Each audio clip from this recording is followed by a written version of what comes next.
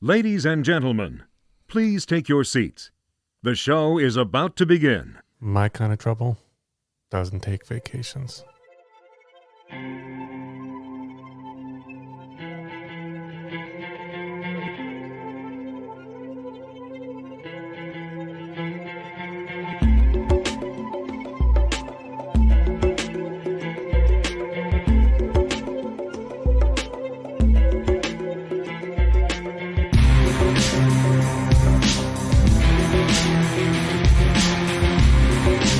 Welcome back. You are listening to Three Guys in a Flick. This is where we review the good, the bad, and the absurd. Tonight's episode, Lone Wolf McQuade. Beware spoilers. Coming to you from the Ranger Regional Office in El Paso, Texas, my name is Don. And to my right, we have our comic book guy, John. I work alone. And to my left, we have the professor, Ken. Hola. Hola, gentlemen. How are you guys doing? I'm doing well. Yeah? Good. And what about you? How are you doing? All things being considered equal, I'd rather be in Philadelphia. Tonight, we are entering round 4 in the search of the best 80s classic action movie, according to the Three Guys. We each came up with a list of 20 movies, and from those lists, we compiled one master list of 10. Before anyone starts yelling at me about, why isn't Die Hard on the list? Spoiler alert, it's not. Or Aliens. Guess what? That's not on there either. I'll tell you why. Simply put, both of those movies are just too good. Anyone who is a fan of any of these movies that we are talking about will understand where I'm coming from. And if you don't, and you still want to yell at me, please do. Leave us a comment and let's discuss it. And if it's a compelling enough argument, then we'll read it on the show. Now, in order to qualify for the Three Guys Master List, the movie must contain a specific set of criteria. That being, a mooey macho hero with quotable one-liners played by a recognizable star, an over-the-top villain, a montage sequence, over-the-top chase scenes, epic fight scenes, a villain speech or monologue, a final showdown, an oh crap death for our bad guy, franchise potential, around a 90-minute runtime, a high body count, and this just added a cool ride. With all that in mind, tonight we are reviewing the 1983 Lone Wolf McQuade. The reason why this made our list, it's easy. Chuck Norris. We've seen Stallone, we've seen Schwarzenegger, and we've seen Swayze. So it was only a matter of time before we got to this 80s action icon. Lone Wolf McQuade was released on April 15th, 1983. It was directed by Steve Carver, the screenplay by B.J. Nelson, and it stars Chuck Norris, David Carradine, Barbara Carrera, Leon Isaac Kennedy, L.Q. Jones, Robert Beltran, and a bunch of other actors. Barbara Carrera, where do you know her from? You know, it's funny because I was watching her, and from far away shots, I'm like, oh, that's got to be her. But then when it got to close-up shots, I'm like, I don't know. I know her from Never Say Never Again, which makes her a Bond girl. And what year did that come out? 1983. Same year as this movie. She did both. How did this movie do, Don? This movie was made for $5 million, and it brought in $12 million. Is that good for 1983? You know what? I have no idea. I don't know if that's good for any 83, especially not in Hollywood. It was definitely down there on the list. 1983 was the year of Return of the Jedi, and that was the 800-pound gorilla. It doubled the closest competition.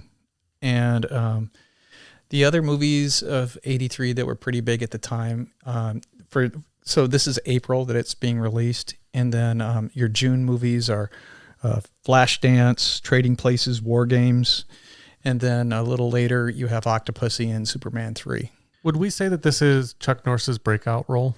In the Pantheon, what is this, like his second or third film? You know, no. This was actually his fifth or sixth film of the 80s. So he had a lot of movies in the 80s, and he was a really busy guy in the 80s. He did something like 14 movies, and he, in 81, he does a movie each. In 82, he does 2. In 85 and 86, he does 3 movies a year. And in 87, he doesn't do any. And in 89, he doesn't do any. So he's a really busy guy. And he continues on with this busy, steady streak in through the 90s. And the baffling thing that I am perplexed, how can he continue on this trajectory of doing pretty much at least one movie every year? In 1993, he starts Walker, Texas Ranger. So he's got a television series that he's doing on top of this type of a schedule. So he was a really busy guy.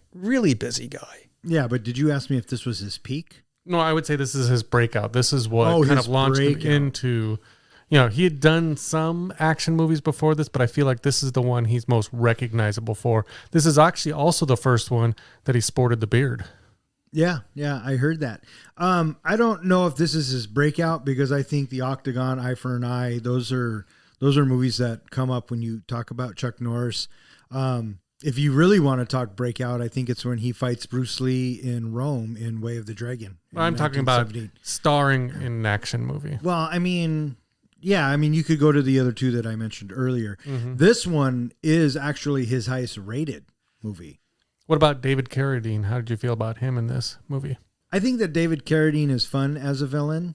Did you know that they originally wanted Bruce Lee to play Rowley? Wouldn't that have been something? Yeah, and then they wanted to. I guess if they had gotten, and he had unfortunately passed away in 1973, it would have been labeled as the rematch of the century. Yeah.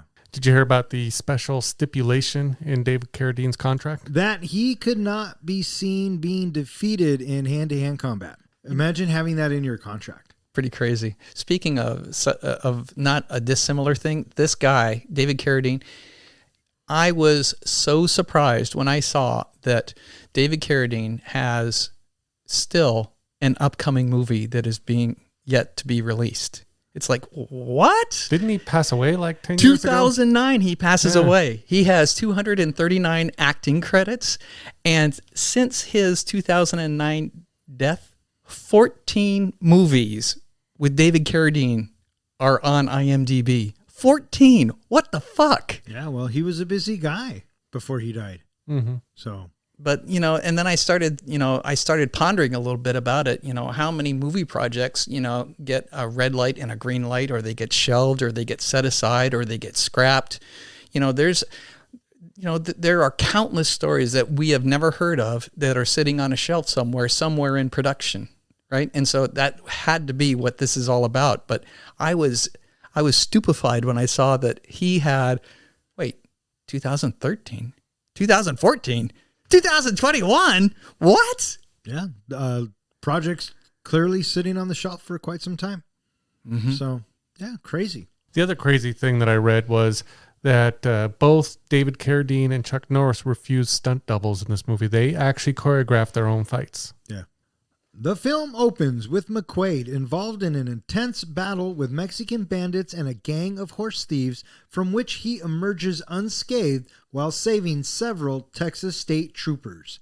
Shaking off the dust, McQuade returns to El Paso, Texas to attend the retirement ceremony of his fellow ranger and close friend, Dakota. After the party, his commander attempts to curb his lone wolf attitude by insisting he work with local Texas state trooper Cayo Ramos, a tough but clean-cut and polite Latino. While out horseback riding with his daughter's horse runs wild and she is saved by Lola Richardson. She invites them to a party where Raleigh Wilkes displays his prowess in martial arts and some of his thugs get into a fight with Ramos. After settling the fight, Richardson and McQuade leave the party and have a romantic encounter. She shows up at his house and cleans it. Despite McQuade's annoyance that he does not need a woman to take care of him, Richardson seems to start breaking through his rough exterior. Within a couple of days, they are together. So what did you guys think of this opening? I thought it set up the hero pretty well, especially that camera shot of him up on that little mesa with the sun behind him. Oh, yeah, for sure. Just the opening credits. I mean, to me, right away, it screamed Sergei Leone. I was just reading about spaghetti westerns. I guess that's what he was famous for. Yeah. And that's what this is supposed to be like. Have you never heard of spaghetti westerns? I had heard of them, but I didn't know the definition of them. Name one. I would say almost any Clint Eastwood movie. Good answer. Any Clint Eastwood western, I consider a spaghetti western. Okay, name one. The Good, the Bad, the Ugly. Oh my God, he fucking knocks it out of the ballpark. Well done, comic book guy. Now, well done. For those who don't know, since I just looked it up, I guess a spaghetti western is considered a more violent, bloody version of typical westerns. It's like a harsher version of a western. Do you know why? No. Because because typically spaghetti westerns were made in Italy. And so they're very it cost less. Yeah.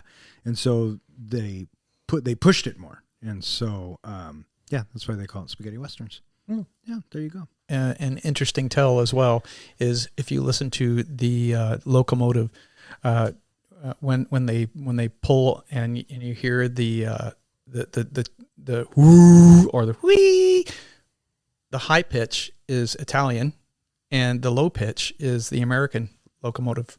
Oh, really? I did not know that. I did not know that either. Spaghetti westerns, folks. Spaghetti westerns. This movie, I think, very much does fall into the fucking spaghetti western / western. Would you call this genre. More of an action movie or more of a western movie? Because I have to say I've gone back and forth. Is it a western more than an action, or is it an action more than a western? I personally think it's more of an action. I think in the beginning it feels like a western, but when you start introducing in the martial arts and the car chases and all that, it starts to feel more like an action movie. You know what? I'm going to go ahead and agree with you on that, comic book guy, and this doesn't happen too often. I think it turns from western to action in that opening as soon as he gets his Uzi. As soon as he gets his Uzi and he starts spraying everybody and saves the day, it is very much a Chuck Norris action flick. Up until that point, there's a lot of shots of Chuck Norris on the mesa looking through his viewfinder, and we're establishing just how cool he is, and we see the state troopers coming in, and we see the horse thieves, and it's very much shot like what I think a western, how a western is shot. You know what I mean? Mm-hmm. But yeah, as soon and you even have the music. I mean, the music was very... It sounds so Sergio. Yes, right? Mm-hmm. And that bad guy, the leader of the horse thieves, very Western. I mean, you could have fit him into almost any Western as a villain in that kind of movie. Yeah, and I think if you look at it now, I mean, it's very... I think it's borderline racist, right? But there's a lot of things in this movie that could be pretty borderline. Yeah, well, 80s, you know?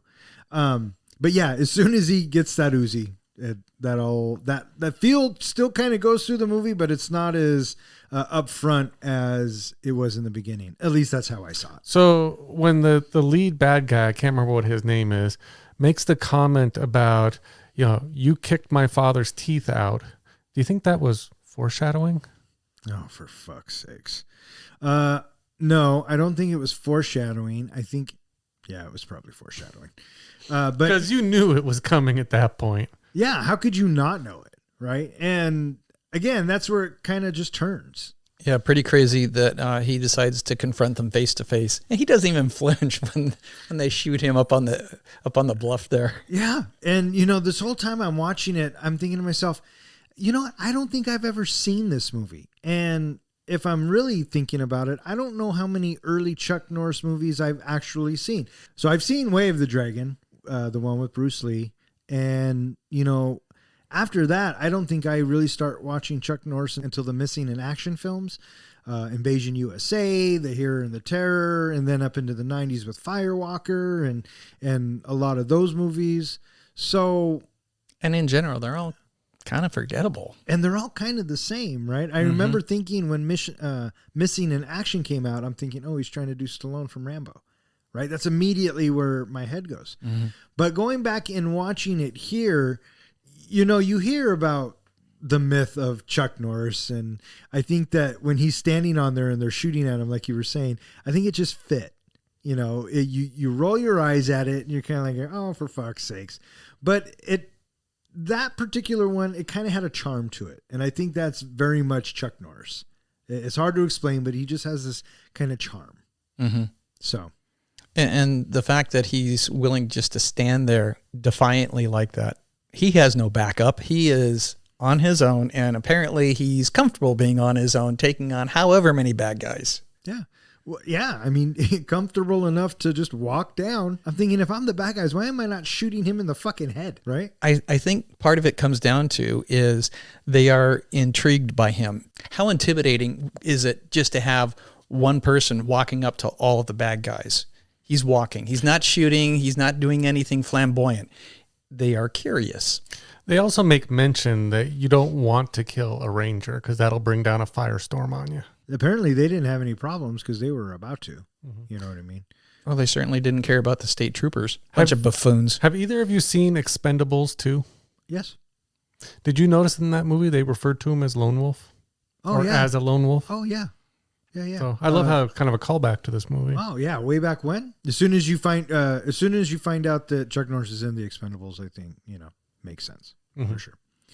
So he gets a machine gun and he takes out 9 of them. What the heck? I know. I love that when they zoom out and you can see all the bodies spread out all over the entire area. I think I even blinked at that scene. Like I just looked away for a second, looked back, and I'm like, what the hell just happened? Yeah. I mean, he starts firing and he pretty much does a circle, and fires his Uzi, his Mac 10, by the way. And what I'm thinking is, if you're standing behind him, how come you haven't shot him in the head already? I don't know. I guess you just have to chalk it up to fucking Chuck Norris, right? Pretty much. And would you say that's over the top action? Oh, yeah. Yeah, see? And that's what I think of when I think of 80s action flicks. So he saves the day. We also kind of get our introduction to Ramos, who every time I see him, I don't know, it's the Star Trek nerd in me. I want to say Chakotay because he was in Voyager. That's where I know his face from. I've seen him on the promos. Yeah. Not that I watched Voyager. And so I kept saying, go Chakotay, but, seeing him in a younger version of him is kind of a fun ride. Yeah. So McQuade kills the entire gang except for the leader because he's got to arrest him, right? And then he is late for a retirement ceremony. Tell me, as he was driving his car and he turns on his lights to get the crosswalk people to disperse so he could go through the traffic light, big dick maneuver. Yeah, absolutely. But I'm sure that happens all the time. Oh, I'm sure it does. But every time I've seen something like that happen, I'm thinking, oh, that's bad. Why? Why is it bad? It's abuse of power. Yeah, maybe. It kind of sets up, who he is. Well, he just a renegade, yeah. He doesn't give a fuck. Yeah, absolutely not. So after the retirement party that they held for his buddy Dakota, he gets called into the captain's office, or the boss's office, however. Captain. Yep. He gets called into the captain's office, like, a bunch of other characters we're going to see on this list. Almost every action movie involving a cop always has to have the a-hole commander, captain, whatever. It is a classic trope in our action movies. When you're a cop, you have to get called into the captain's office. And in this particular instance, McQuade gets called into his captain's office to be told that he has a partner. And, as I'm watching this film and as it's kind of progressing, I start to see some glimpses of films that will come out years later. This almost serves as a blueprint to it, right? Because when he says, McQuade, this is your new partner, and it's KO, and we're like, oh, we've met this character. You know what the first thing I thought of was? Lethal Weapon. See? And then there's going to be other bits in this movie that I go, you know what that reminds me of? Lethal Weapon. It just kind of dawned on me that Norris did this first, and these filmmakers put down this blueprint. So I think even if this isn't the greatest action movie ever made, you still kind of have to give it up for kind of setting the tone, setting the bar of all of these other films that we get to enjoy years later, and a lot of them way better, but it's because of this one. I don't know if any of that makes sense, but that's what I was thinking when I saw that part. Simply put, it's a diamond in the rough. And then immediately after this, then we get a very brief meeting where we meet Wilkes. So now we have to meet our bad guy. And it's David Carradine, and he is doing a trade with somebody, right? What did you guys think of David Carradine as the villain? He was a good villain. I don't know. I was having a hard time just buying him a little bit as a bad guy, especially early on. And I think it's because I was such a fan of the time, back then, of the show Kung Fu, where he was the hero of the show. So seeing him as the bad guy, It was a little difficult for me. Also seeing him as the main bad guy, knowing that, nowadays, we see him in little things here and there. The most famous thing I can think of that he's been famous for in the last couple decades was Kill Bill. I don't know. I struggled with him as that. I almost wish kind of they had used somebody else. But he was such a big name at the time. It makes sense. Yeah, and I bought him as the bad guy, and I thought it was kind of a good turn for him. The only thing I didn't really enjoy was that he was a Bond villain. Yeah, he does come across that way. I guess when they were making the movie, Carradine might have even looked to someone and said, who is this character? And someone might have even said, play him like you would a Bond villain. I felt a little bit different. I felt like he was more of, we were talking about the spaghetti westerns, that he was more of the black hat villain, that you would see like in Good, Bad, and the Ugly, with the little cigarette and kind of just holding it and giving a couple little puffs here and there. And, it just gave me that, the way he walked and talked gave me that Western feeling. Yeah. I mean, there are definitely undertones there. And I think now that you say that, it's probably a mesh of both. Right. But there was, for me, and maybe even for you, Professor, there definitely was a Bond villain vibe running through it. But, with the cigar and the way he held himself, very much a Man in Black villain from a Western, for sure. I think it's because he smiles that he comes across as a Bond villain, that he is very cold-hearted, but he does it with a smile on his face. So Wilkes kills a couple of people and double crosses them and mentions something about, you have to have trust when you're a bunch of bad guys. And, ironically enough, there was no trust. And so now we've been introduced to our main villain. In the meantime, we get a little bit of McQuade's backstory, I guess. He has to go pick up his daughter. And, this is something that you don't see in movies a lot. The ex-husband and the ex-wife, friends? Kind of getting along. That's crazy, isn't it? So you can kind of gauge what kind of guy McQuade is just by his interactions with the ex-wife and the daughter, right? Mm-hmm. Always focused on work. And how many movies do we see where the father, especially someone like Chuck Norris, gets along with the daughter's boyfriend and doesn't intimidate him at first? I thought he was going to do that at first, but then he sticks his hand out to shake it. Yeah, me too. Well, me too. From what I've read, it's because, and I guess I didn't catch it the first time when I watched this, they both have military backgrounds. And so that's why he shows the boyfriend some respect. And during this time, we do so briefly get a little shooting montage. We just have McQuade doing a little bit of target practice. Oh my God, that's absolutely right. How many montages of him doing target practice do we get in this film? Did anybody count? I was thinking, are you talking about the actual series of montages or shots of the montage? The series. I would say there was 2, 3. I think there was like 3 or 4. Because I know there's one. I feel like every time I blinked, he was either without his shirt or his shirt was open and he was shooting or... His shirt was just open a lot. Rolling on the ground, doing the roll in the shoot. Did anybody notice his style of shirt? Did it look familiar to anybody? Oh, the button pattern. Yeah. Well, not the button pattern so much, but the way the shirt. Yeah, the way the shirt folded, it kind of looked like a karate gi. If you take all the buttons off, it folds over and it looks almost like what Luke Skywalker wears. Oh, okay. Do you know what I'm talking about? Yeah. For me, and I could be totally way off, it reminded me of the outfit from the sheriff in Blazing Saddles. Maybe the color and the badge, but I think for the style, for me, it reminded me of what Dalton wears. Yeah. The white shirt, but without all the buttons. And then I started thinking, McQuade's a cool motherfucker. Doesn't say much, kicks some ass. When they were writing Roadhouse, did they mirror Dalton after McQuade? Does this movie go that far back as influences? I bet you it does. Maybe not so much Dalton, but I this movie... McQuade could be his long-lost father. Could be. No. I think we already established that it was Wade. Yeah. Garrett. Wade Garrett. Yeah. If you don't know what we're talking about, go back and listen to last week's podcast. We get KO. He so briefly shows up and he ends up being ditched by the superior driving of McQuade and his in his rig. Well, before that, he shows up to the house, gets scared by the wolf dog, goes inside, and McQuade pulls a gun on him and points the gun right in his face. It's a great way to start out your relationship with somebody. Well, why are you breaking and entering? He didn't break anything, but he did enter. He was yelling the guy's name for like ever, just trying to get, and then he ran from the dog. Yeah, but I mean, he just went inside of the house. Yeah. That's okay?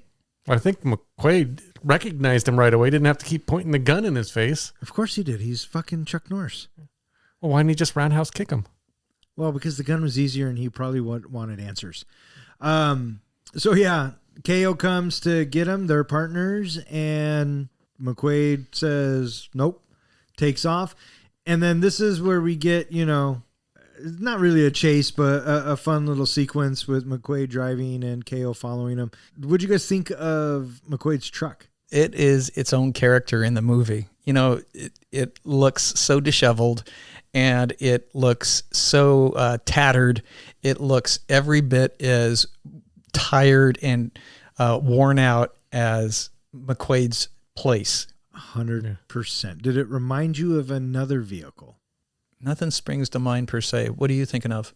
The Interceptor from okay. the Road Warrior. I can see that. And the sirens on the top, and the way they didn't make normal siren sounds. And then he had a blower when he says, whatever he says to KO. Yeah, and you hear it. Yeah, and it shows him turning it on, and he takes off, and I'm like, oh my God, that's like the Mad Max car.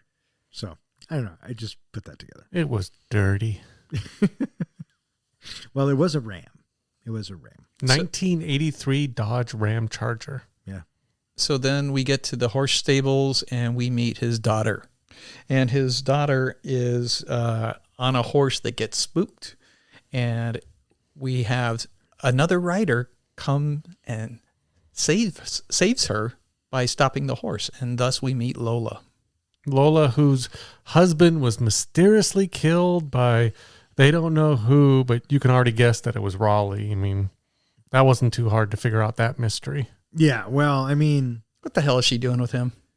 It's got to be business, right? I know they kiss. It's one of those instances where the bad guy is with the leading actress, and she belongs with the hero, and we all know it, but for some odd reason, they're always attracted to the bad guys.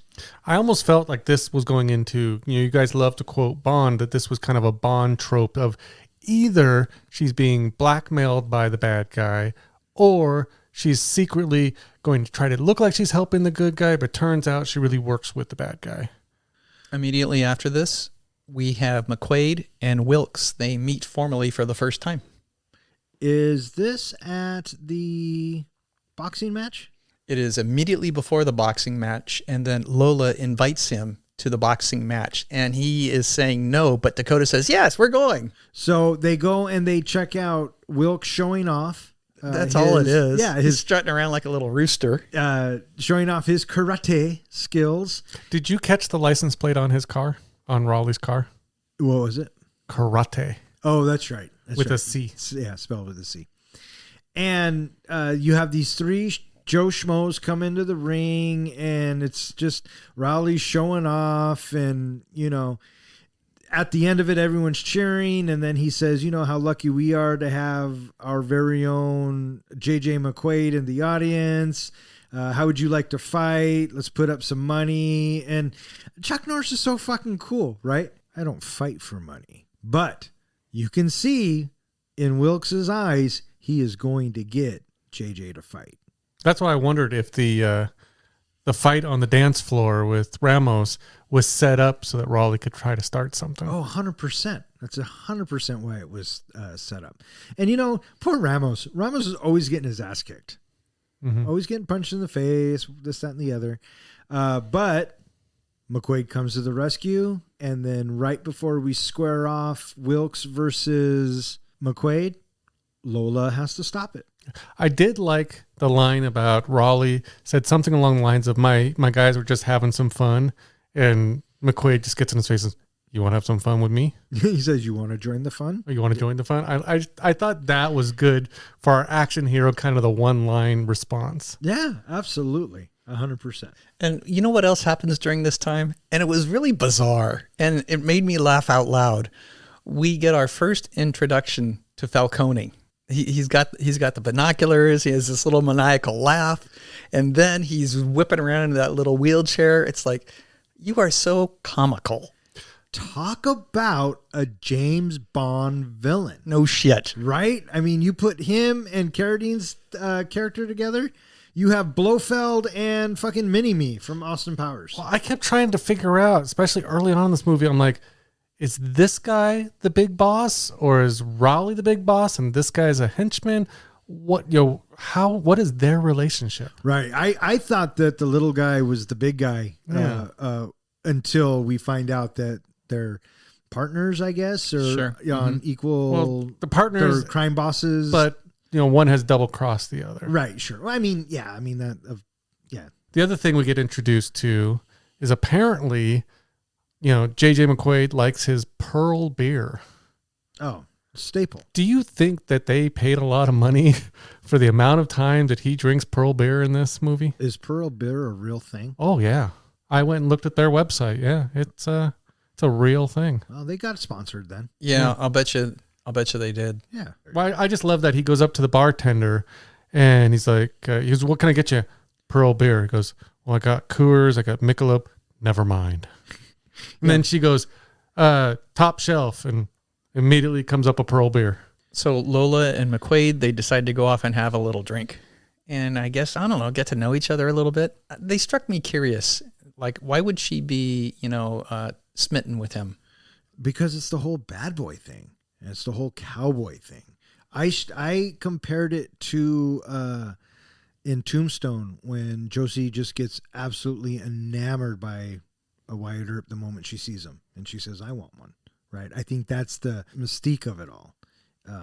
Okay. I also chalked it up to, especially after finishing the movie, that she may have originally got with him because she saw him as the only guy that could basically take care of Rowley and get her out from underneath him. So she was leaning towards him to help her out of a bad situation.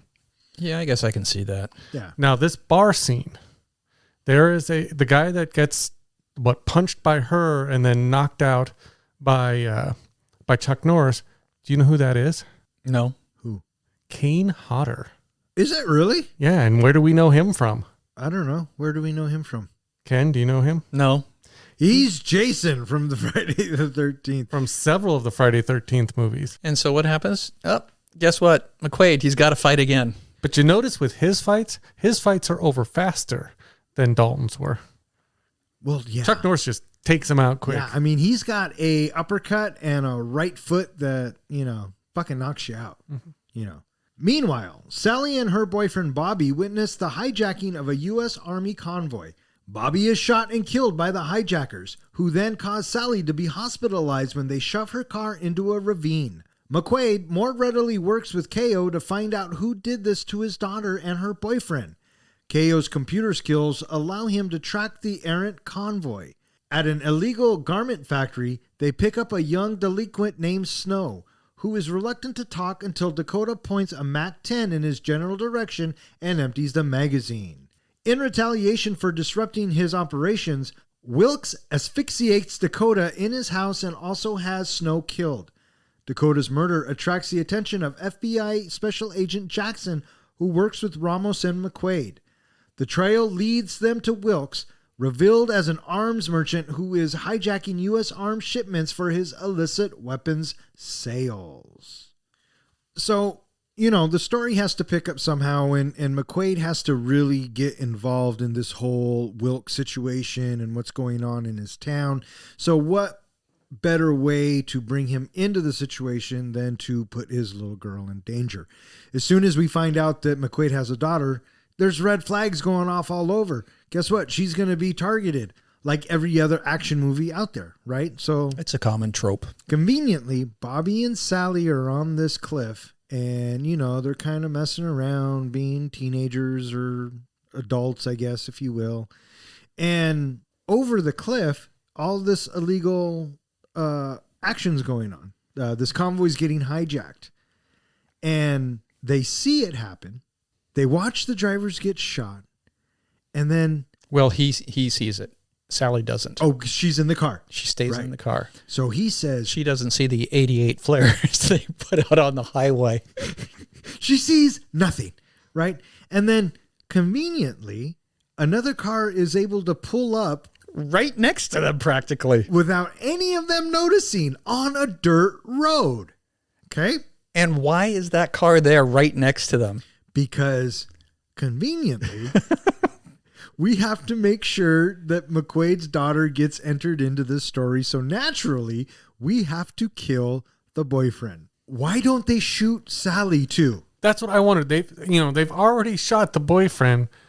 Why, unless they didn't know she was in the car and they just decided to push the car over anyway, but it didn't make any sense why they didn't just shoot her. I feel like as soon as she screamed after they shot him, they knew she was in the car. Obviously, I think they were killed for just witnessing it.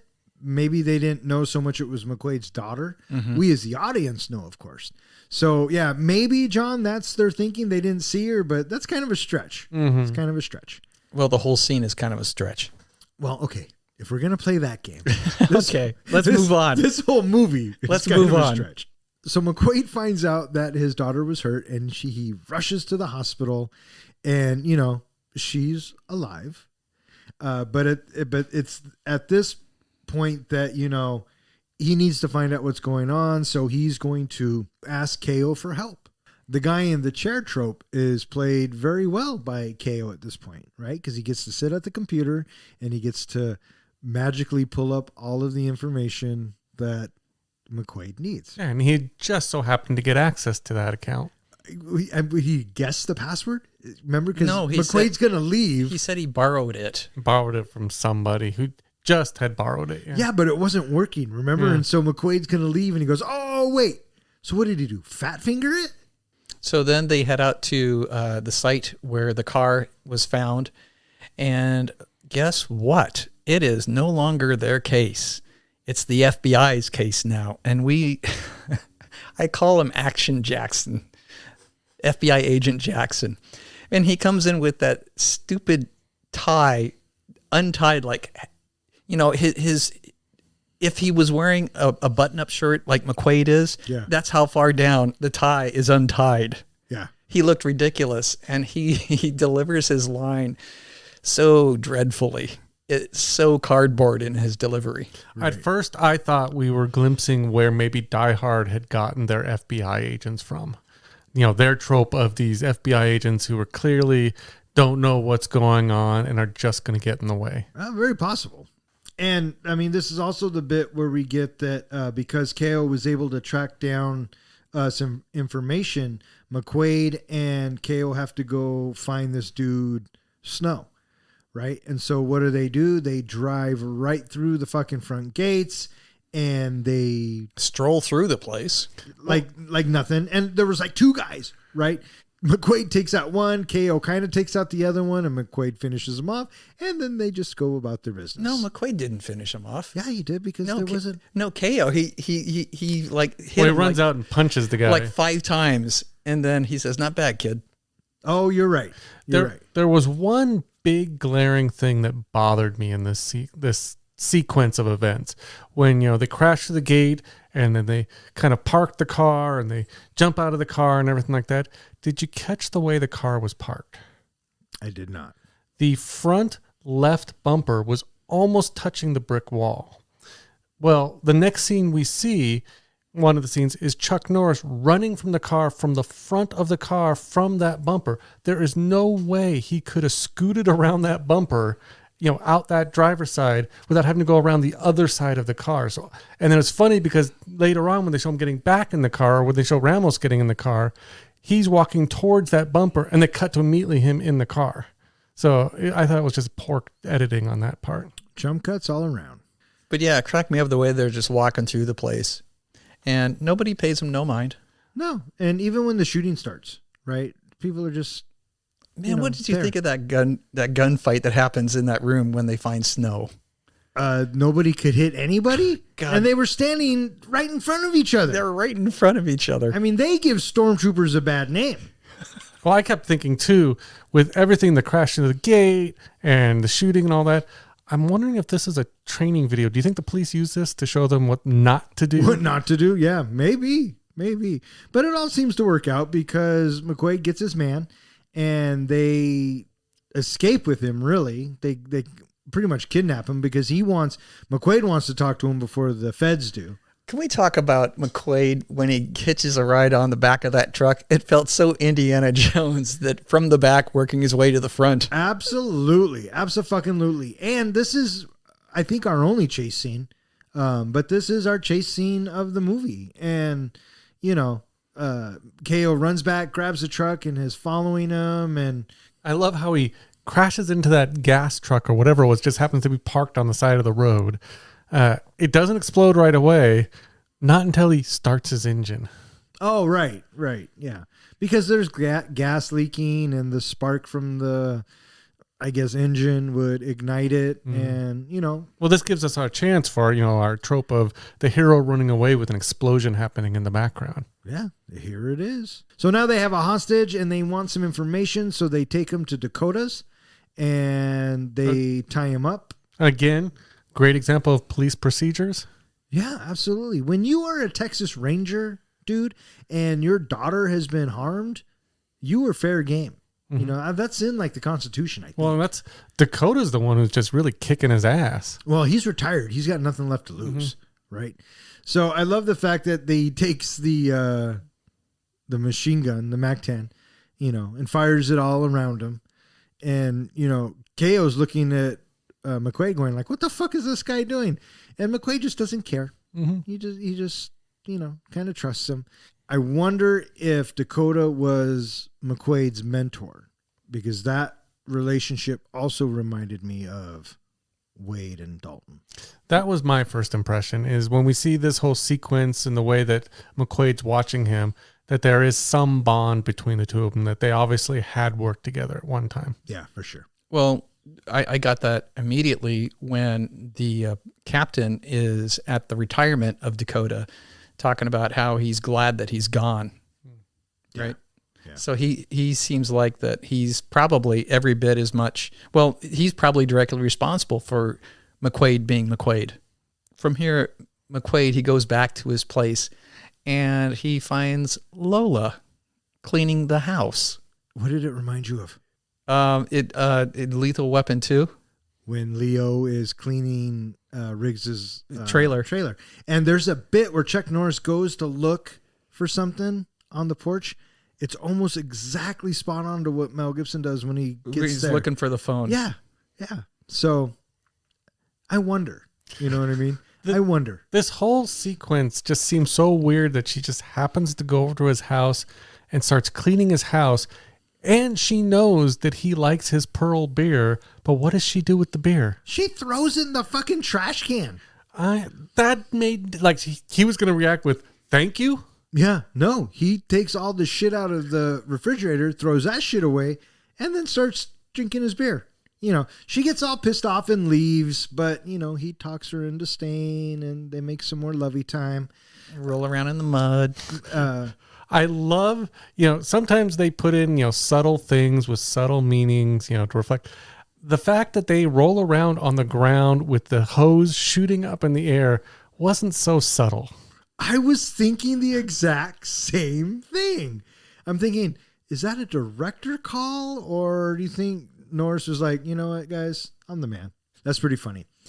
So the reason why McQuade had to go home to change is because he got information from Snow, which is going to take him to Falcone, which leaves Mayo, Dakota, and Snow by themselves. So McQuade pays Falcone a visit. And this again, every time I see this guy on screen, Falcone, that is, discount Bond villain. That's all like half priced. Whoa. That's fucked up, dude. Well, I said he's not quite a Bond villain. He's kind of, a little bit lesser of a Bond villain. Why is he lesser of a Bond villain? He has all the attributes of a Bond villain. Well, he does have the crazy wall. He has the crazy wall. He has the maniacal laugh. He has the wheelchair. What makes him half a Bond villain, as you say? Just that he seemed like less of a Bond villain. No, he doesn't. He seemed like very much of a Bond villain. But why do you think he's half? I don't know where you're going with this. I do. I know exactly where he's going. He said it, not me. I just know. want to know what he means by half of a Bond villain. Just that he's not in the movie as much as the other characters. No. It comes across like you're indirectly commenting about his vertically challenged state of life. I would never. He knows that. I would never. So, McQuade. I gotta say, I'm sorry, I don't mean to interrupt, but I gotta say, I fucking love the way that he leaves McQuade by him the wall spinning around. It was so comical. It was a fucking James Bond villain. Well, he's not even being threatened or anything by McQuade at this point. He just decides to have this wall spin. Yeah, it was a dramatic exit, and it was very fitting because he warns McQuade, doesn't he? Yes. He says that something's going to happen. I don't think Snow's going to live through the night. Yeah, that's what it was. And, McQuade gets that look on his face like, oh, shit. So he jumps in his fucking Ram Charger, supercharger, and takes off. And in the meantime, Wilkes and his homies show up to where Dakota, KO, and Snow are. Dun, dun, dun. And I will give anyone 2 guesses, but you only need 1 to find out what happens next. They exchange names? No, they already knew each other's names. So they're exchanging something else. What do you think they're exchanging? A sweet look towards each other? I think one of them wants to kill the other one, so I don't know if sweet look is the right term. The trope of obviously killing the best friend or killing the mentor, killing the father. It was a pretty brutal kill. Yeah, I mean, he kind of just steps on his throat until he chokes him out. And you hear a little bit of cracking noise. And Yeah. And I thought David Carradine pulled that off very well. It made you hate him, and that's what a lot of these movies do. And if it's a good action movie, regardless of the type of action movie it is, if you hate the villain, you are rooting that much more for your hero. And when the hero gets that moment, you're like, yeah. They get their comeuppance. That's right. And he does kind of have that psycho look on his face as he does it. Yeah. So the first time you saw this, did you think KO was going to live through this experience? I think so. I thought that he is the lovable sidekick, and I knew both of them weren't going to live through the experience, and I just assumed that it would be Dakota because that fit, every other movie that I've ever seen ever. So yeah, I saw him pulling through. I thought he was going to at least get the crap beat out of him. I thought for sure that he was going to be all bruised up, beaten up, or at least shot, but somehow survived. Just something like that he was just going to be left behind. The big issue I had was with how Snow died. Didn't they spray him with bullets? Yeah. When he actually comes into the house, there is 1 bullet in Snow. So again, are they, like you said, stormtroopers? Did they miss with the Uzi almost all the other bullets except for one time that they hit him? I wouldn't be surprised if they did. I expected him to be just covered in bullet holes. Yeah, no. Well, you also have to remember that this was a PG movie. Mm-hmm. So now Dakota's dead, and McQuade gets there and sees his friend die, and he's all upset. Well, he doesn't really show much of a reaction. He just kind of gives a little sad face for a sec, but... Well, it's fucking Chuck Norris. That is his fucking reaction. And I think on the trip over, he had steeled himself to... He is not going to be alive. He shows up at the place and there's nobody there, right? And so I think he's steeled himself that Dakota's going to be dead. Yeah. And hopefully nobody else is dead, but they're probably all going to be dead. So in my mind, your friend's just been killed. Your mentor possibly has just been killed. What do you go and do next? You go back and sleep with the girl. Well, yeah, it's comfort, bud. Okay. And I think they're at his house, right? Because I think this is where they make an attempt on McQuade. They come to his house at night and they kill the fucking dog. The wolf. They kill the fucking wolf. Puppy snuff film. I takes me right out of a movie every time that happens. I'm surprised you didn't mention it earlier. Well, I didn't want to spoil it. Warning, spoilers? Yeah. But yeah, that killing the dog really bothered me. Of course, again, they're making the bad guys look even badder. So so McQuade fights him off. The assailants run away, and then he discovers his poor wolf. I think this is the most emotion you get out of Chuck Norris probably in any movie. He gets all upset, pounds the ground, and then he moves on. Picks up the dog, goes to bury it. I kept wondering if that was just a trained dog that he carried, because if it was excellently trained, I mean, it just goes limp as he carries it. What do you want me to tell you? Do you want to know the truth, or you want me to lie to you? Or do you think they used a dead animal? They really shot that dog. There was no blood. I looked. Now, the reason why we have McQuade being all pouty is because he was put on leave without pay for withholding his information that he had and getting Snow killed from the feds. That's right. So, another trope. Our hero has to get suspended in order to come back and save the day. But now he's not being held to the law, even though that didn't stop him before. But now he can go all renegade. So Action Jackson shows up, and he asks for McQuade's help. Yeah. And so they take off and do a little scenic air reconnaissance, and they find what appears to be a nefarious operation happening out in the middle of nowhere. The three eventually find the arms trading headquarters in the desert. Agents Burnside and Nunez are killed when they attack the headquarters. McQuade and Ramos had tried to stop them, but ended up in a gunfight as well. McQuade is caught and sadistically beaten by Wilkes, who then orders that McQuade be placed in his truck and buried under a truckload of dirt, ignoring Richardson's pleas for mercy for the three men. After regaining consciousness in his truck, McQuade produces a beer and pours it all over his face. Then, using his homemade supercharger system, McQuade charges his truck through the dirt, miraculously breaking himself free, and then rescues Ramos and Jackson. All three men are weakened due to being shot and beaten. McQuade finds that Sally has been taken by Wilkes to Mexico. A rival arms dealer known as Falcone, who has been disguising his illegal business as a pinball machine dealer, supplies McQuade with this intelligence, claiming Wilkes has double-crossed him and he would like his competition eliminated. Falcone gives McQuade the exact location in Mexico where Wilkes and his daughter are. So the air reconnaissance gives us a glimpse as to what is probably going to be Wilkes's secret location that has all of the military arms that was stolen the other night that ended up having Sally's boyfriend being killed for witnessing. And so naturally we have to have a team of some sort to go infiltrate, and McQuade is part of this because of Jackson. But, as per fucking usual and right on cue, someone's got to fuck up. So you have two hot-headed FBI agents that want to, get things going. They run out and they lose the element of surprise. They get shot. Everything's going to shit. McQuade gets blinded by the searchlight from the helicopter, can't fight back. He can't do his Chuck Norris thing.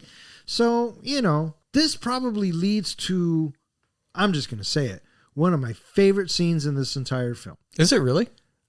Chuck Norris in the truck? Oh my gosh, dude.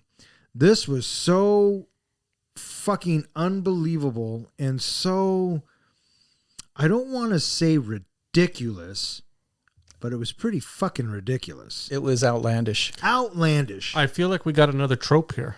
Which is? Which is Popeye with his spinach. Maybe in this one. I don't know if you can apply it to everything. I just love that he pours the beer over his head because, that's what gives him back his strength. Well, I was just going to ask you guys, okay? That's his spinach? Yeah, exactly. Pearl beer. Couple of things. One, again, why do we not shoot the fucker in the forehead?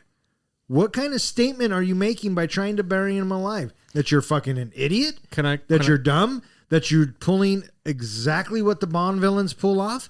To quote somebody who says the same thing to me almost every podcast, because our movie would be over too quick.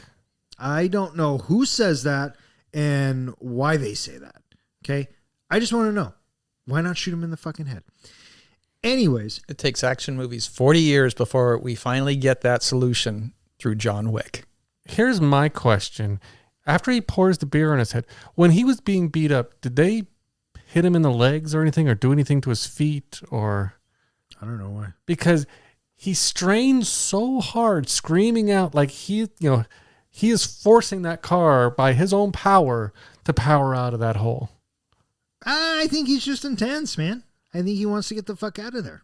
Yeah. I also was wondering early on, why were they digging that hole? Were they expecting him to come and bury the truck? No, apparently, yeah. They were expecting him. They were expecting to bury him alive in his truck.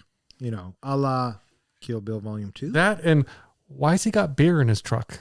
Well, come on. That's Texas. Yeah, come on. Do you really mean, the 1980s Is that a Texas. real question? I mean, he did drink the beer and then power out. Is that drinking and driving?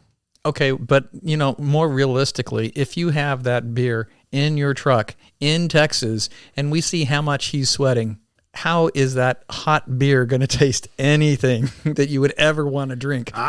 Joke's on you. He has a mini refrigerator where he keeps Or maybe his beer cool. Maybe he has a little cooler or something. Yeah, that's what I'm saying. That could be. Yeah. I'm starting to wonder if he's an alcoholic.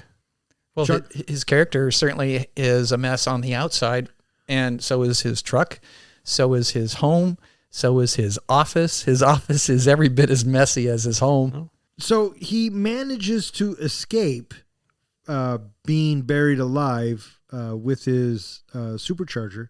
He comes to find out that his daughter has been kidnapped. Dun, dun, dun. Did anybody see this coming?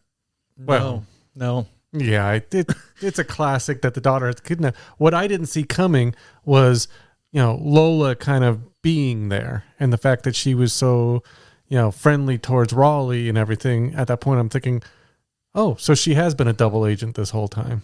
Yeah, or she is playing the lesser of two evils at the moment. I mean, clearly That could be. Clearly McQuade is captured, right? So you got to stay on the side of who's winning at the moment. So I think she's just trying to survive. I think deep down and secretly she's hoping McQuade wins because I think she believes that he's a better dude than Rowley, which he is. He's our Texas Ranger. But yeah, I mean the girlfriend or the female interest showing up with the bad guy, makes sense. Who gets pretty much, the crap beat out of him more, KO or Jackson? Because Jackson gets shot twice, KO gets beaten up. KO's in the movie longer, so I'm going to say KO. Yeah, we get to see it more. Yeah. KO gets beaten up in the first opening with all the horse thieves. Yeah, but Jackson takes, 2 bullets in this movie? Just one. He takes one on the side. He also gets shot again at the end of the movie. I thought he was shot twice. Yeah, he was shot this scene and he was shot in the end.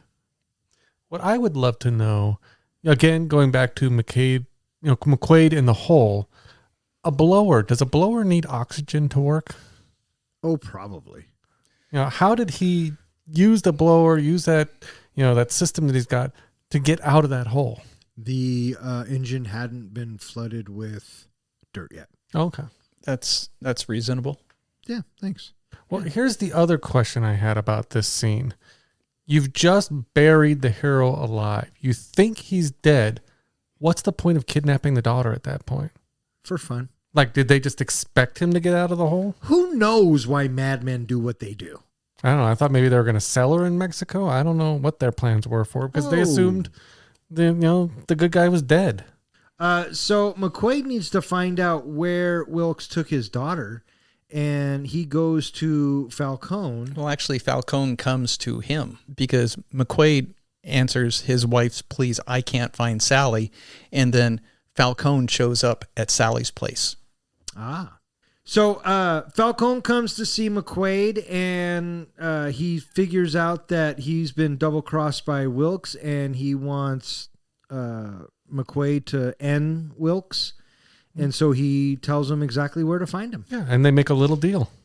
Though McQuade is intent and tries to head to the location on his own, both Ramos and Jackson have followed him, and the three head into the base for the attack. After an intense battle, with Jackson being shot again, and Sally and Richardson escaping, Sally is shot in the leg and both women are sidelined. Finally, McQuade and Wilkes engage a hand-to-hand fight, with the fight leaning in Wilkes' favor, until he strikes Sally, who ran to her father's aid, provoking McQuade into a frenzy of hits and kicks that defeats Wilkes. McQuade is reunited with his daughter, only to be fired upon by an injured Wilkes.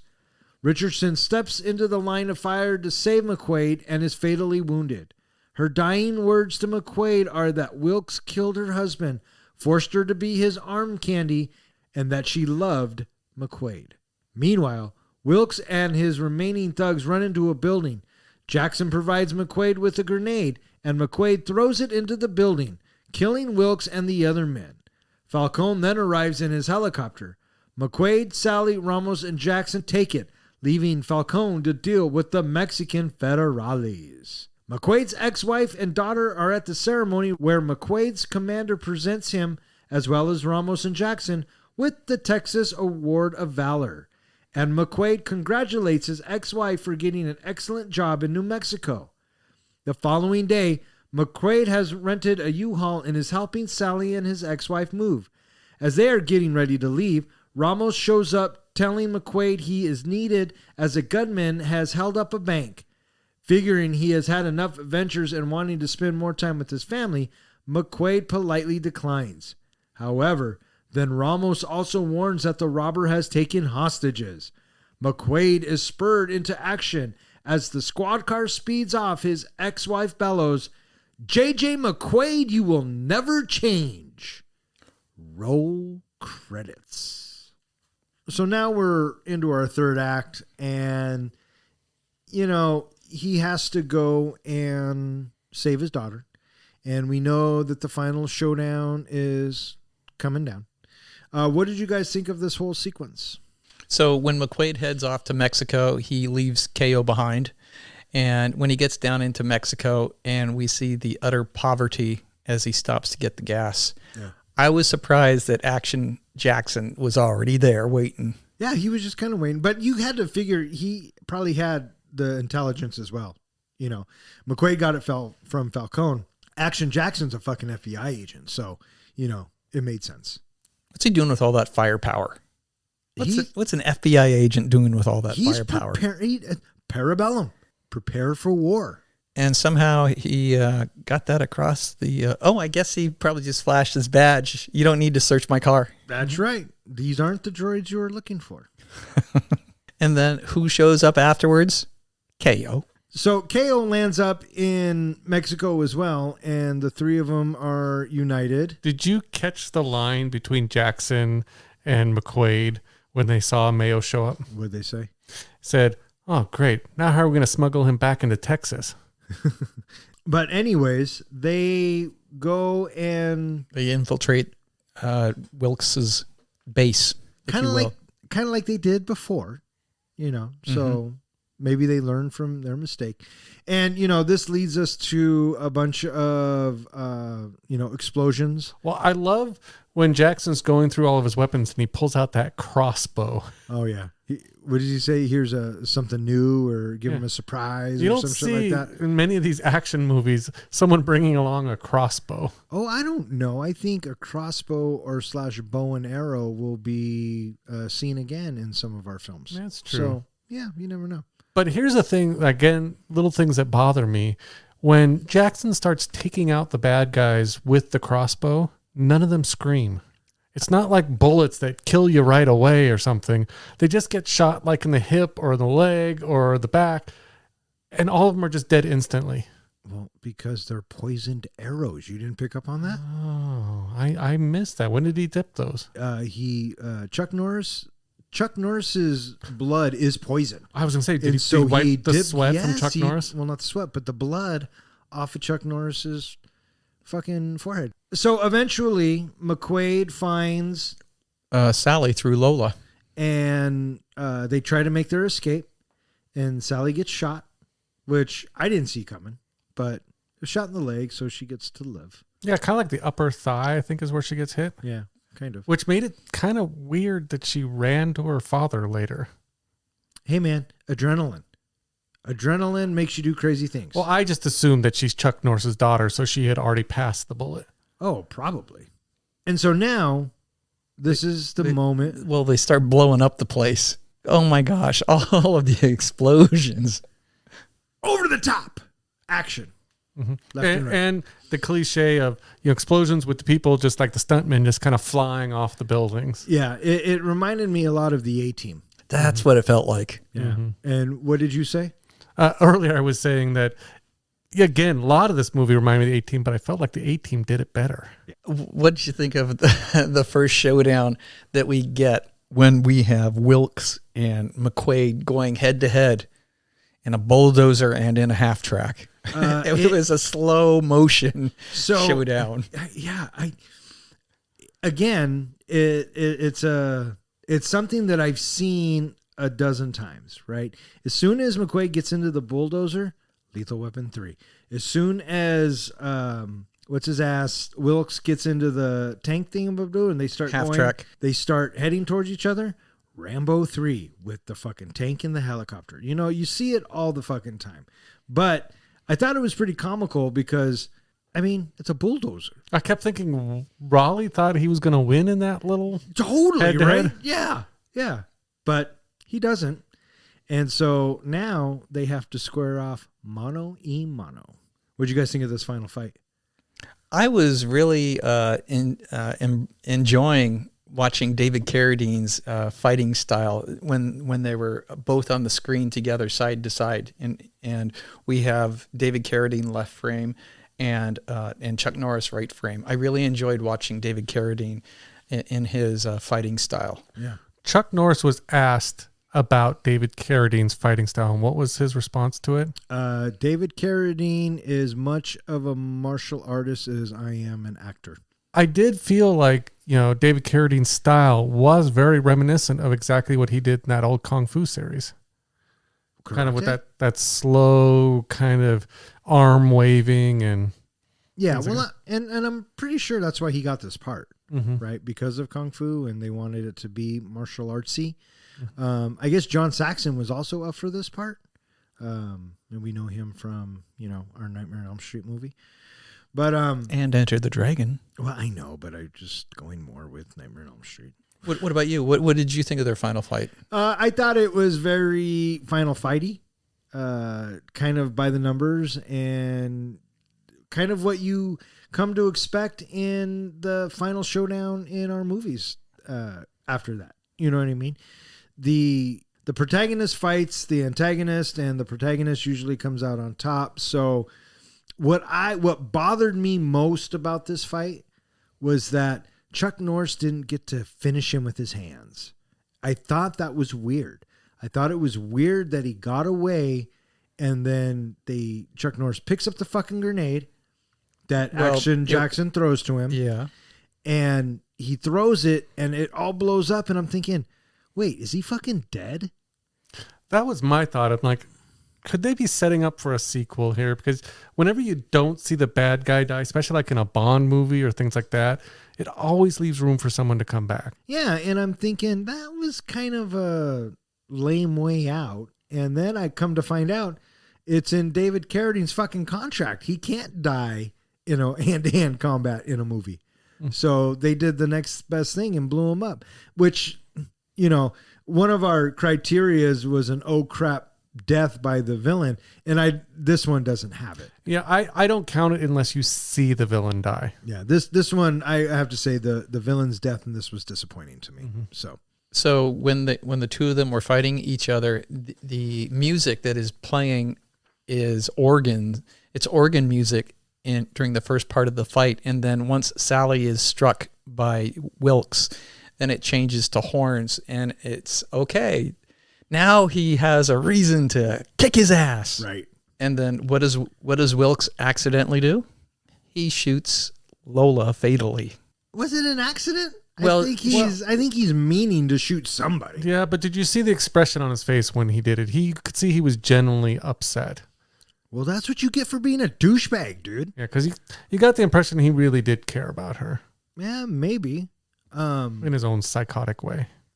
Yeah, and so again, this is another trope, something we see happen all the time, self-sacrifice. And, it kind of makes sense that she does die because the movie is called Lone Wolf McQuade. So at the end of the movie, he's still got to be the lone wolf, and now he is. I love when in these movies especially this kind of movie, that how long had they known each other? A week, maybe 2 weeks, and she's already professing her love to him? Well, she was hanging around his place a lot, too. Yeah, that was pretty quick to be, I love you. This guy. He doesn't like love. No, he doesn't. He's very skeptical and, just doesn't buy it. Maybe, love at first roll in the mud. Well, why? Because they were in the mud? I'm just saying, maybe that's where they fell in love. I don't know. No. Maybe she saw what was in his fridge and loved him for that. I don't know. But it doesn't matter because she did love him. Yeah, whether it was cleaning out the fridge, shooting water up his ass, or rolling in the mud, whatever. Sometime in there, she fell in love. Shot at, betraying him twice. Yeah. I mean, he's fucking Chuck Norris. He's fucking lovable. So our bad guy is dispatched. And Falcone shows up in a helicopter. And this makes an easy way for our heroes to leave Mexico. They take... Well, Falcone looked a little pissed. Well, he was. He got left there. I don't know why Falcone's there in the first place. I didn't get that either. Well, why show up? Because he had made a deal with McQuade. Don't you remember when he says, I get what I want and you get what you want? Well, what did he want? He wanted the arms. He basically said when he lands. Oh, he wanted the guns. He makes a comment that you blew everything up. Where all my arms are gone. Right. But it doesn't matter because the Mexican federales are on their way and they're going to take care of Falcone anyway. I got a question, sir. How does McQuade get his truck back? Because he left it in Mexico. That's not a long drive from El Paso. It's not a long drive from El Paso. It's not out of the So realm. he probably went ahead, drove back down. You know what happened? No, you know what happened that we didn't get to see? And I could be wrong. What happened was there was no room on the chopper for Kehoe. So he said, hey, kid, why don't you drive that back to fucking El Paso for me? I got another question. What did you think about McQuade just leaving Lola there? She dies in his arms, and he's like, "Okay, she's dead." Kind of like the when the wolf dies. What's he supposed to do? I don't know. I thought maybe if he had some sort of feelings for her, that maybe she would go back with him. But granted, there's no room in the helicopter, so we'll just leave her there on the ground. Yeah. So what's he supposed to do? I don't know, but I'm thinking at the same time, kind of cold. Yeah, I mean it is, but. What are you going to do? You know what? I kind of want to... I wish they might add this in like as a deleted scene that they go back to the truck and it's just been stripped. Why? Why would you want to see it up on blocks? He parked it in a poor neighborhood. They're going to sell it off for parts. No, you don't know that. It's in the middle of the desert. It's in the middle of the desert because they drove out to where I guess so. where this location was, which was in the middle of nowhere. Remember the airplane flight? Mm-hmm. Oh, for fuck's sakes, you guys are killing me. So we sort of have a happy ending, sort of. I think it's a happy ending. McQuade is being McQuade, right? You think he's retiring. He's giving it all up. He wants to spend more time with his family, but there's something inside him that just won't let it die. You know what I mean? He's a lot like Nicholas Angel from Hot Fuzz. He just can't turn it off. He tried, and he is trying, but he can't do it because as soon as Kehoe comes up and says, we got a situation, he's like, okay, well, fuck your situation. I'm still going on vacation. But they got hostages. And that's the magic word. That's all you needed for J.J. McQuade to spring into action. If there's hostages involved, he has to go take care of it. So... He is a ranger in his heart. That's right. So, yeah, that is Lone Wolf McQuade. And, the end of the movie, it seems pretty fitting. It's kind of the end to McQuade's quest. Did you say quest? Good job, Don. And now it's time for John's precious moment. This is the point in the podcast where I relate the movie that we're reviewing to one of the greatest movie series ever made, Lord of the Rings. So let's start with the basics. J.J. McQuade is our Frodo. He is the main hero of our story and the one on a journey. His daughter represents the Shire. While his work makes him a solitary hero and his journey takes him farther and farther away from home, she's the thing that inspires him to get back home to complete his journey so he can return back to her, basically returning back to the Shire. McQuade's fellowship consists of Ramos, Dakota, and Jackson. I'd like to throw out the FBI agents as Mary and Pippin, but they come off more as incompetent and less comical, plus they really don't help our hero at all. For Gandalf, I'm going to go with Dakota. He's got the years and the wisdom. While they don't really explore it, he does give off that mentor vibe.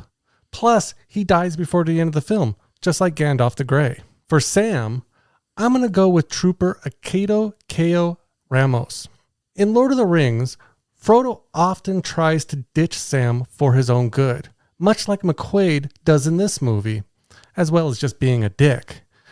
It's Ramos' dumb determination that is reminiscent of Sam, that eventually allows McQuade to see the benefit of working with others. Regarding Aragorn, Chuck Norris is such a badass in general that I'm going to basically label him, because being such a leader, as also Aragorn and Frodo, because again, he's Chuck Norris. Like Strider, he starts out as a loner in the beginning, but he embraces teamwork to make the dream work attitude by the end, and embraces his full Aragorn leadership attitude. Sauron is definitely Raleigh Wilkes. While he does on occasion get his own hands dirty, he usually sends out his minions to do his dirty work. He's definitely our big bad. Now for the hard part. What is the one ring in Lone Wolf McQuade? In previous movies, I've said pride and the walls our hero puts up to keep others out is the precious, is the one ring. This is often a hero trope used in many 80s action films. McQuade obviously has both of those in volumes, but it's slightly different with McQuade.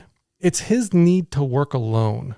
In the beginning, he pushes everyone away, sometimes even on the verge of getting violent. I wouldn't label it pride or walls, but more of a stubbornness that stems from not wanting others to get hurt, and basically being a loner.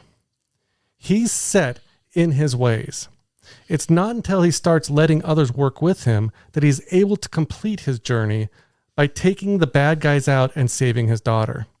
If I had to pick a moment in the movie where JJ destroys the ring, it's when Jackson opens up his truck and shows his weapon stash. Lastly, the role of Gollum. That goes to Falcone. Not because of his size or look, but because of his lurking nature and his need to get his precious weapons back, no matter who gets hurt. Now for extra credit, I'm going to throw in Snow as Wormwood. He's a sniveling side character who works with the bad guys, looks out for himself, and his cowardice allows him to turn on the boss when he's threatened. As for Police Captain T. Tyler, I'm going to say he's much more of Denthor II, Steward of Gondor. He's on a power trip and fights back against anyone who challenges his authority. That's my comparison of Lone Wolf McQuade to Lord of the Rings. Bring on the grades. A couple things right off the bat. First of all, you keep saying it is the greatest series out there, and tonight you said one of the greatest series, so I'm going to need you to make up your mind on that. 2, for the love of God, and this goes for you too, Professor, it's Aragorn, not Aragon. I have to hear that every fucking week. Aragorn. Repeat after me. Aragorn. Aragorn. Oh, you motherfucker. And 3. Not bad. Not bad at all. The only thing that I would maybe question is the precious, only because it is probably the hardest thing to find at times in these movies. But everything else I thought was pretty good. I liked your Aragorn and Frodo comparison to McQuade. I thought that was pretty spot on. And KO definitely, Sam, 100%. And everything else kind of fell in line with that. So for me, myself, I'm going to give you a solid B-. My question to you is, who did you say Action Jackson is in this? I just labeled him as one of the Fellowship. Well, I too, I agree with the Frodo, Aragorn. You're welcome. Thank you. With the comparison of, because it's Chuck Norris, only because it's Chuck Norris, he gets both of them. Fair point. So yeah, I thought that was good. I also was, I thought that was a good poll about having Captain Tyler being the steward of Gondor. I like that. That was good. And I don't know if I necessarily agree with Sally being part of the Shire. But Snow being Wormwood, that was a good poll as well. Head and shoulders above the rest of them. This is clearly your strongest correlation that shows that Lone Wolf McQuade does relate to Lord of the Rings. And so, yeah, I'm going to go with a A-. Wow. Did you just give him an A-? Yeah. And that was John's precious moment. All right, so what do you guys think? You guys ready to rate this bitch? I think we should rate this bitch. It's time. Professor, how do we do our ratings? We do our ratings on a scale of 1 to 5 fucks. 5 fucks is a movie that we think is cinematic gold. If somebody says you want to watch this movie, yes, I do. Thank you very much. A 1 fuck movie is something where you've seen it and you have no desire to see it again. There is nothing that's rewatchable about it to you, and who knows if you would ever watch it at all ever again. And a 0? A 0 is just this roundhouse kick to your face that pisses you off to no end, and you really, really wish that you were able to give that roundhouse kick back to the person that just did that to you. It's a kick to the balls. And in other words, we just don't give a fuck. All right, who wants to go first? I'm happy to go first if you'd like. All right. He's on cloud 9. I know, he's all fucking happy. So the big question is does Lone Wolf McQuade deliver on our must-haves for a classic 80s action movie? Strong hero with quotable one-liners. Well, we got the strong hero, but when it came to one-liners, I think he did most of the talking with his feet. A crazy level super villain that only our hero could beat. Maybe back in the days of Kung Fu, David Carradine was unbeatable, but in this movie, he just kind of came off as a putz. The fights were okay, but I think they could have been something more. A montage, I didn't really notice the montages, but Professor, you did bring up a good point about some of the targeting and some of the shooting. They had a little bit of a montage nature to you. Chases and fight scenes. Well, the fight scenes, yeah, they were well done. Not specifically between Chuck Norris and Carradine, but the other fight scenes I thought that was really well done. The chase scene, as Dawn you put up, I think there was only really one chase scene in this. A villain speech, again, they let their fists and their feet do all the talking. A final showdown, well, it was a machismo-fueled final fight scene with kind of a ho-hum ending. An oh crap death for a bad guy.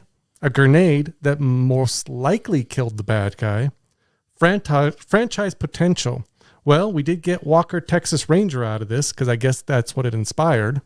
And a 90-minute runtime. Lone Wolf McQuade comes in at 108 minutes, so that's close enough. Chuck Norris is an action hero's action hero. He played the role he was cast in, and he did it okay. He did it well. He was cast as a gruff lone wolf, and that's what came across on screen.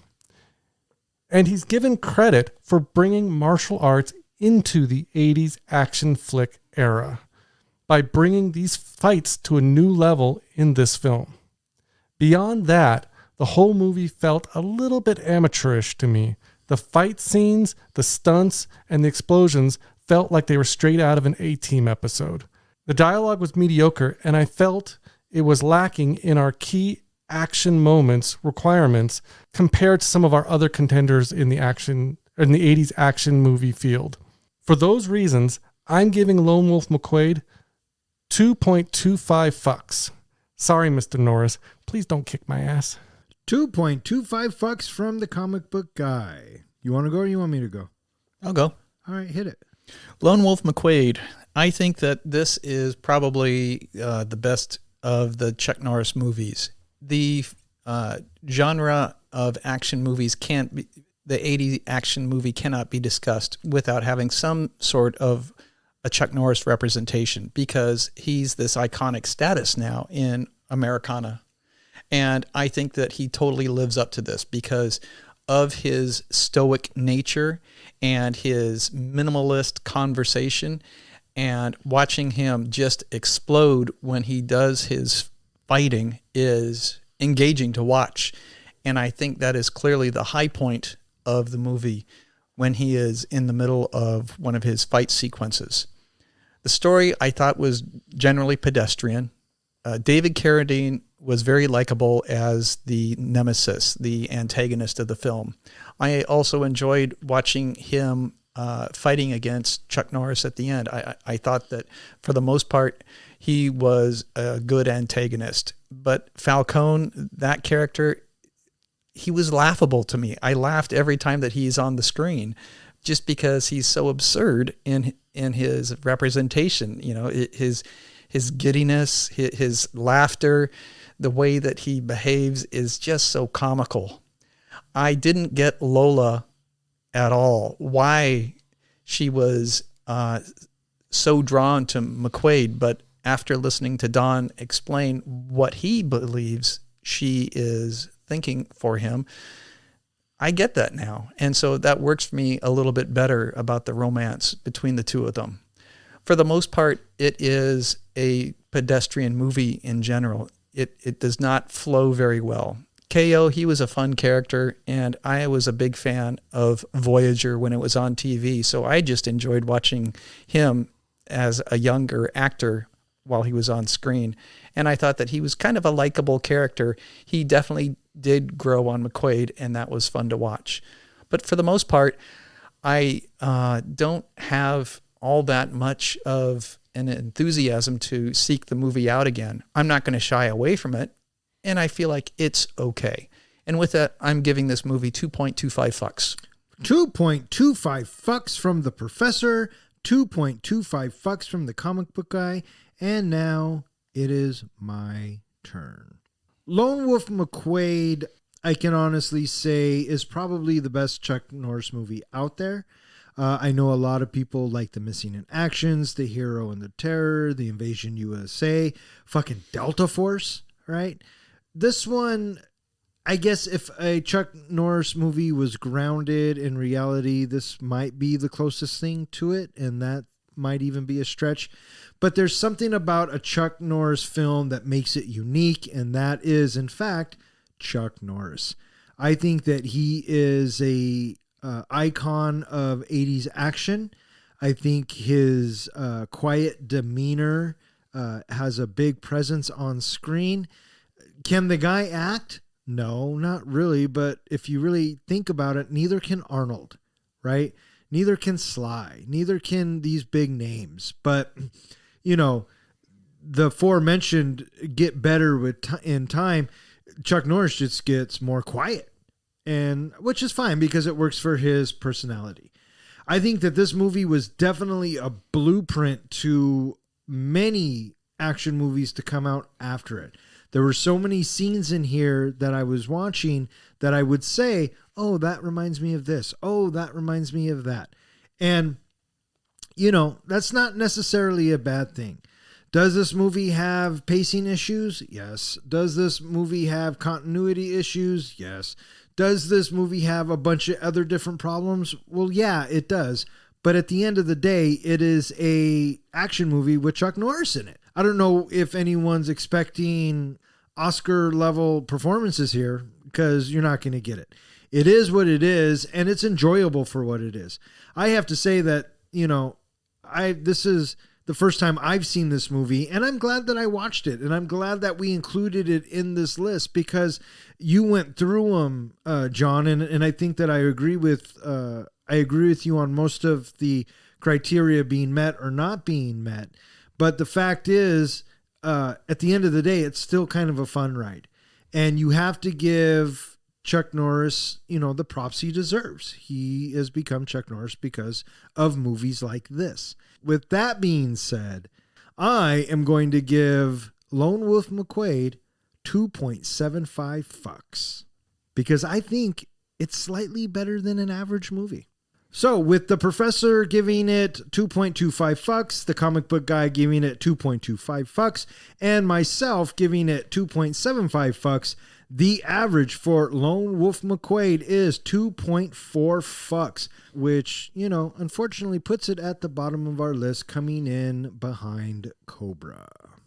Now, here's the question. You put Dalton and Chuck Norris in the room.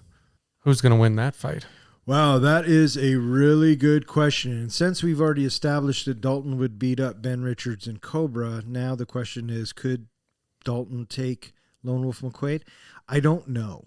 I don't see it happening. I think it depends on the day. You know what it really depends on? What's that? Does the bar serve Pearl beer? Okay, but I was thinking in a broader sense, if you have a cage match going on where you got Cobra, Richards, Dalton, and McQuade, they're all in there together. Who comes out on top? Who comes out on top? Do they have weapons? No, it's a cage match, which means it's just you, nothing else. Well, Cobra would be taken out because I think he's mostly his weapons. No, I don't. Not at all. You think he's a good best fighter? No, I don't think he's the best fighter. I think they're smart, right? They team up on Richards because he's the biggest. Schwarzenegger's bigger than all these guys. So you got to team up on him, eliminate the biggest. And then I think Dalton or McQuade easily takes care of Cobra, which is fine. And then it comes down to Chuck Norris. See, then it comes down to McQuade and that's what I think too. Dalton, for sure. And again, I don't know who wins that. All right, that is going to wrap it up for this episode of Three Guys in a Flick. If you would like to find out which 80s action movie we are going to be reviewing next, you need to check out the website and any social media platforms that we are on. And speaking of which, hey, John, where can they find us? They can find our other podcasts, our show notes, movie trivia, and anything else we feel like posting at our website at threeguysinaflick.com. We're also available on all social media and any place that hosts podcasts. All right, so there you go. I just want to throw a quick shout out to Zach, Ronnie, and Jill. Thanks for listening.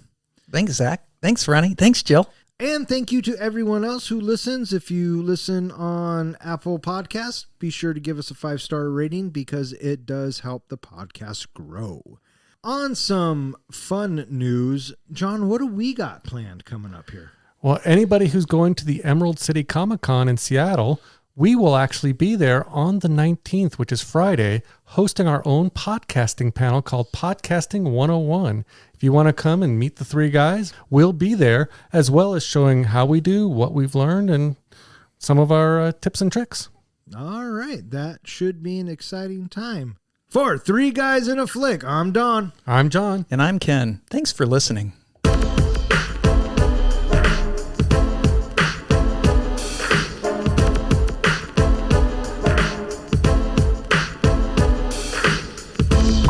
I'm not going to lie. I'm too deep in my thoughts. I know. Do you use your left or right hand for that? Welcome to my hacienda, Mr. McQuade. How nice of you to pay a social visit. Makes it sound like a Bond movie. Because he's a fucking Bond villain. Where did this take place? El Paso? That's in Texas. Thanks, buddy. Oh, he's so proud of himself. Look at him. Why are you bringing it up now? Because I'm going to say it later. You should. I'm going to. Oh, for fuck's sakes. I feel like you're just a walking spoiler alert. That's what I think you are. Now I'm done. Okay? So how did this movie... Well, I know, but then I was going to go for fuck's sake. Why do you call him an a-hole? Because the guy's an a-hole. You didn't think that Commander T. Taylor, or whatever his name was a complete, jerk, you're a horrible officer. And... No, that's not why I was asking you those questions. He's wondering, why don't you just say asshole? Oh. We're here, we sit here and we say, fuck this, fuck that. But this guy's an a-hole. That's funny. I don't know, I like a-hole better. Yes, Wow. you do. I call people double douche and night stalker all the You time. can say Raleigh if you don't want to say Wilkes. I'm going to kick you in the balls if it doesn't work. Roundhouse. Did you say mayo or kale? I think I might have said mayo. You said mayo. You did. What's the difference? Mayo, KO? Yeah, what's the fucking difference, guy? You don't let me say Wilkes, Wikes, You know what? You're really being a fucking pain in my ass at the moment, and I really don't fucking appreciate it. Would you say I'm being an a-hole? This is where the law stops. And I start. Why do you step on my balls? Because Don sure is. Never. Don never judges. Don only speaks the truth and facts. And the fact is, you both are pissing me off. Has a flair to him. I don't know. I don't know if you have a Gimli in this. No. But listen to me, now I'm nerding out. Aragorn. All right, fuck off. Good night.